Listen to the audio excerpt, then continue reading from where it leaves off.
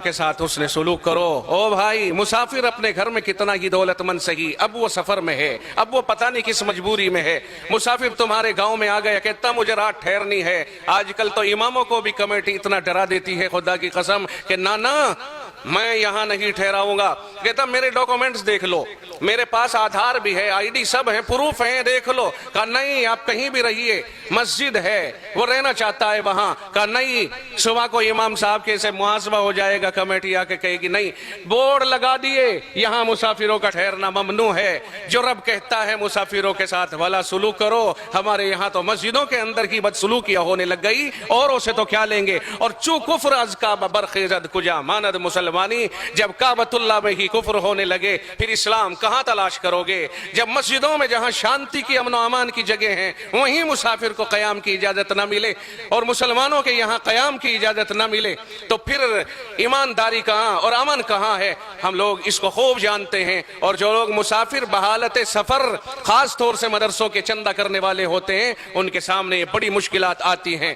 اور میں ان اماموں سے بھی کہوں گا کہ جو لوگ امامت کرنے والے ہیں، وہ امام کہیں باہر سے یا آسمانوں سے ٹپک کر نہیں آئے یا رحم مادر سے وہ امام بن کر کے نہیں آئے، وہ مدرسوں کے پڑے ہوئے ہیں۔ اگر وہ ان کا خیال نہیں کریں گے اور کمیٹی کو صحیح بات نہیں سمجھائیں گے، کون سمجھائے گا؟ ائمہ کرام تم ترجمان ہو مدرسوں کے، تم نے مدرسوں میں کھایا ہے، تم مدرسوں میں رہ کے پلے ہو، تم نے مدرسوں سے فائدہ اٹھایا ہے۔ اگر تم مدرسوں کے ترجمان نہیں ہوگے تو کون ترجمان ہوگا؟ مدرسے والے جا کے کہہ دے مجبور ہو کر کے صاحب میرا ذرا تائید کر دینا، بڑے مدرسے سے آیا ہوں۔ نا امام اجازت نہیں، کمیٹی کی طرف سے اجازت نہیں۔ او میرے بھائی کیا کر رہے ہو؟ اگر امام کہتا اجازت نہیں تو اس کا مطلب یہ ہوا کہ تو یہ ثابت کر کہاں سے پڑھ کے آیا ہے، تیرے پاس علم کہاں سے آیا ہے، مصلی تیرے پاس کہاں سے آیا ہے، تو امام کیسے بن گیا؟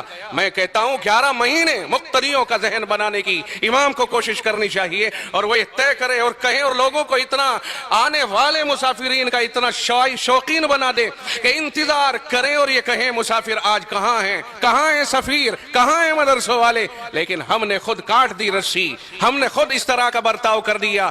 باز روتا ہوا مسجد کے گیٹ سے نکلتا ہے۔ خدا کی قسم اس کے اوپر نظر ثانی کرنی چاہیے۔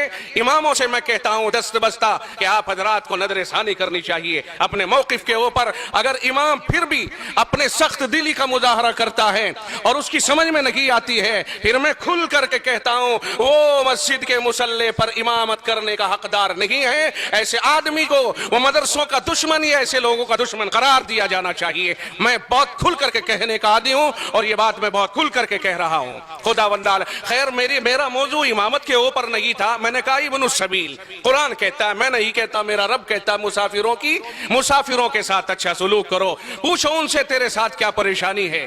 ساری دنیا دھوکے باز نہیں، ساری دنیا دہشت گرد نہیں، ساری دنیا بم پھوڑنے والی نہیں۔ کون سی مسجد میں ہندوستان میں کس نے آ کر کے بم پھوڑ دیا کہ تم نے مسافروں سے خوف کھانا شروع کر دیا؟ وہ کون سا سفیر ہے جس نے مسجد میں غداری کر دی ہو آ کے؟ نہیں، کس مسجد کے میں آ کے سفیر نے کب مسجد کا غلہ اکھاڑا اور پھاڑا ہے؟ وہ کب وہاں ڈکیتی ڈالنے کے لیے آیا ہے؟ پھر کیوں ڈر گئے اہل کمیٹی اور کیوں ڈر گئے امام ان مسافروں سے؟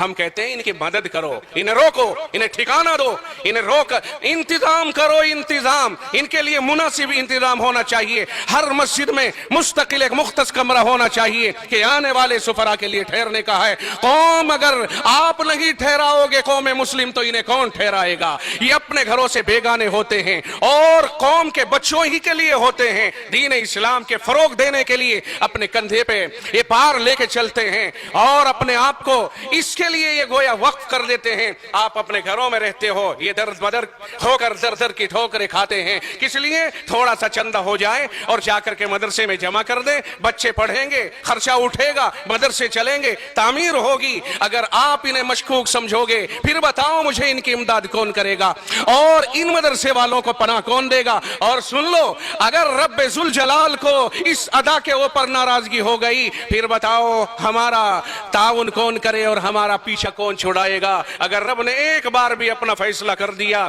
یاد رکھیے نہ کوئی کمیٹی، نہ کوئی امام، نہ کوئی معاون، نہ کوئی مخالف، پھر مسئلہ کچھ اور ہی ہو جائے گا۔ اللہ حفاظت فرمائے۔ خیر، ابن السبیل مسافر کی مدد کرے۔